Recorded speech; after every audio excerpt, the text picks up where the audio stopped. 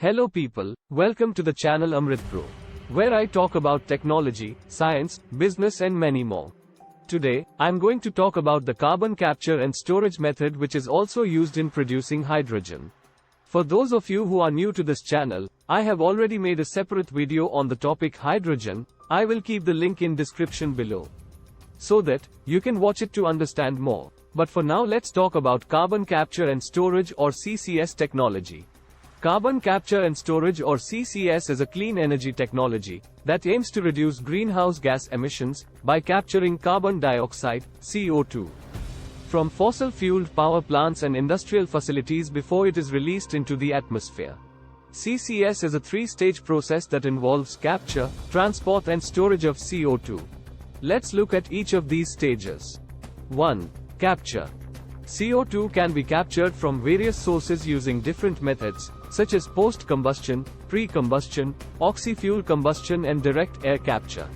Post-combustion capture involves separating CO2 from flue gas after the fuel is burned using solvents, adsorbents, membranes or cryogenic techniques.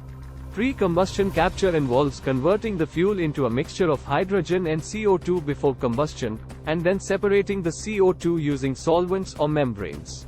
Oxyfuel combustion involves burning the fuel in pure oxygen instead of air, resulting in a flue gas that is mainly CO2 and water vapor, which can be easily separated. Direct air capture involves extracting CO2 directly from ambient air using chemical or physical processes. 2. Transport. Once captured, CO2 is compressed to a liquid or supercritical state and transported to a suitable storage site using pipelines, trucks, ships or trains. The choice of transport mode depends on factors such as distance, volume, cost and safety. 3. Storage. The final stage of CCS is to store the CO2 in a secure location where it will not leak back into the atmosphere. The most common storage option is geological storage, which involves injecting CO2 into deep underground formations such as depleted oil and gas reservoirs, saline aquifers or coal seams. Other storage options include ocean storage, which involves dissolving CO2 in seawater at great depths, or mineral storage, which involves reacting CO2 with certain minerals to form stable carbonates. Carbon dioxide can be stored for thousands of years with these storage options. Importance. CCS is an important technology for mitigating climate change because it can reduce CO2 emissions from large point sources such as power plants and industrial facilities that account for a significant share of global emissions. CCS can also enable negative emissions when combined with bioenergy or direct air capture, meaning that more CO2 is removed from the atmosphere than emitted. CCS can also provide other benefits such as enhanced oil recovery, which involves using CO2 to increase the amount of oil extracted from depleted reservoirs. Challenges. However, CCS also faces several challenges such as high costs, technical uncertainties, regulatory barriers, public acceptance and environmental risks.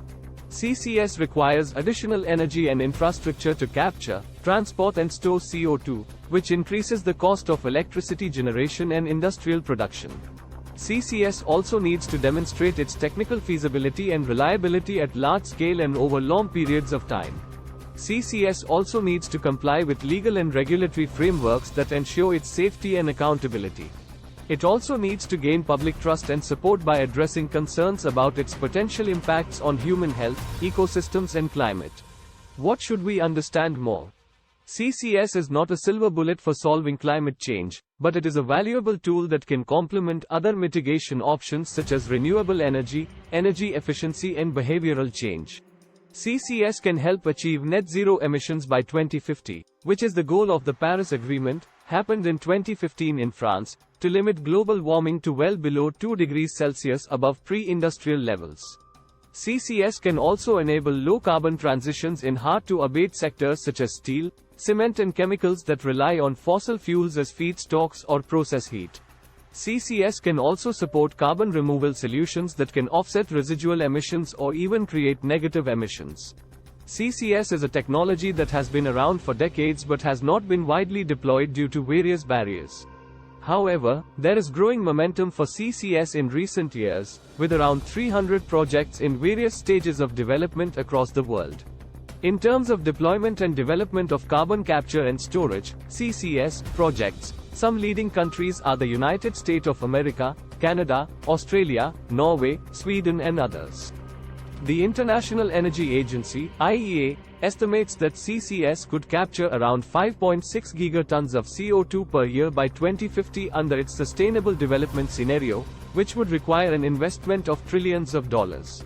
Conclusion: CCS is a technology which can help us achieve our climate goals, while maintaining our energy security and economic competitiveness to some point.